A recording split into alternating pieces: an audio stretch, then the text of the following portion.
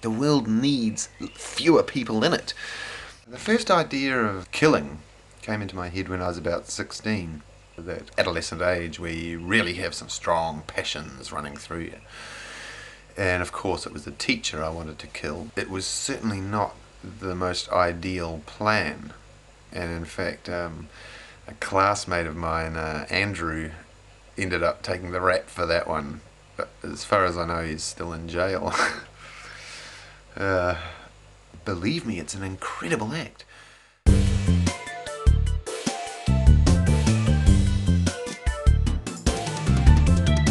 I did plan it down, I pieced it together bit by bit. The first time you do something is usually a bit scruffy. It felt so nice. I was expecting something else. I guess I was actually expecting something, and the whole idea is to go into such a thing without any expectation. And that's another thing, is the blood. You cut yourself and out comes the blood. Even when you cut yourself deeply, and I mean I've cut myself a lot of times, the blood comes out. However, when you get that real arterial blood, it glistens. It's almost black.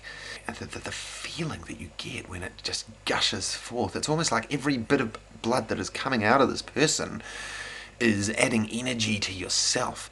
And I just felt invincible. Some people smoke pee to feel invincible, but the difference is you've got to remain sharp, you've got to remain straight. And I think it's probably the same with most enduring performers.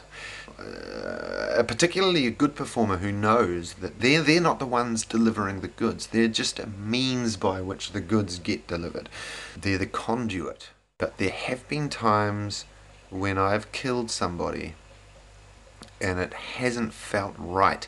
And I think that's largely due to me feeling like it's me doing it. You've got to get it clear in your head that you are serving a higher purpose.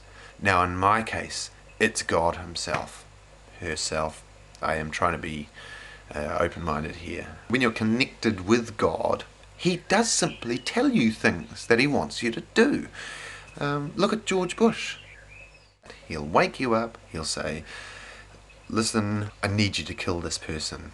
And you know why, because you've been on the receiving end of what they do. I mean, I'm always coming up against hardship here. I'm always coming up against generalizations and criticisms. But if you can make that connection with God, he will direct you. He shoots from the hip. And if any doubts enter your head, he makes it apparent why he wants you to kill this person. And I don't think it's in my best interest to deny God his wishes. If he's talking directly to me, then I should feel privileged that he wants me to do this thing. And I do. I mean, man, I don't know many people who actually have that kind of a connection with the big guy. And it's a perfect excuse too. I don't know how many times I've said, look, God told me to.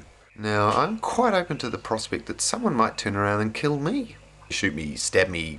That's alright. I've spent a lot of time. I think I've come to grips with that one.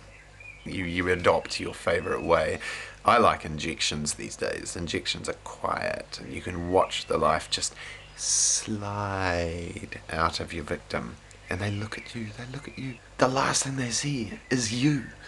And the look on their face, just so innocent. It's almost like a newborn baby, without the crying.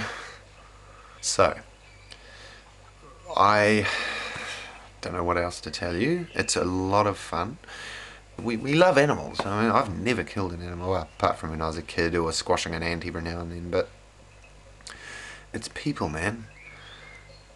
We gotta kill more people.